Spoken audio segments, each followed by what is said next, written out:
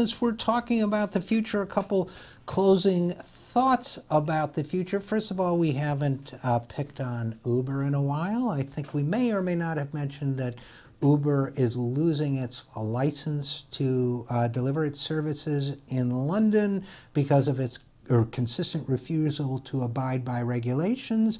Now, why in London and not in the United States? Because we are not infatuated with the cult of technology, which is a cover for the cult of wealth appropriation by the few at the loss of the many. And that ties into some of the conversations we had during this hour about the future. Not all of us, many of us are interested in what a technology can do for us, but are not hypnotized by its razzle-dazzle. For example, the Uber self-driving car needs 2 people to supervise it, according to Uber itself. It needs each SUV, self-driving SUV, and a new test project it's doing.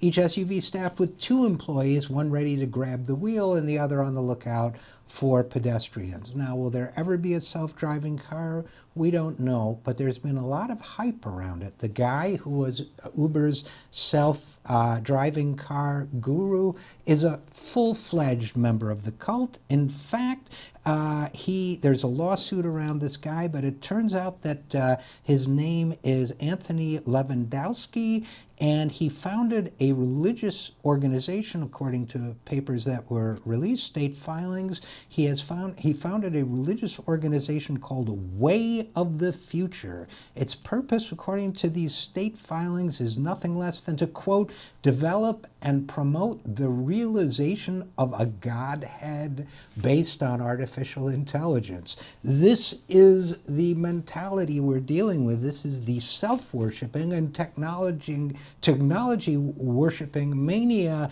of Silicon Valley. Now, of course, we should be concerned about technology. We should be thinking about what it can do for us. We should also be thinking about creating a more just society now, today, because as we learn to automate better, as we learn to create more sophisticated software, as new technology innovations are invented, we will go deeper and deeper into the pit of inequality unless we reorganize now for individual rights. That means the fight for labor rights is a fight for the future. That means the fight for the minimum wage is a fight for the future. That means the fight for benefits is a fight for the future. That means that the fight to reduce economic inequality is a fight for the future. It means the fight to ensure that our economy is based on actual productive and fulfilling activity and not merely based on financial investment.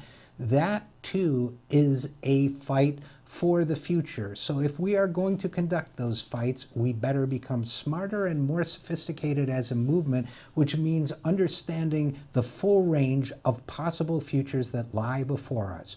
Workers of the future, unite.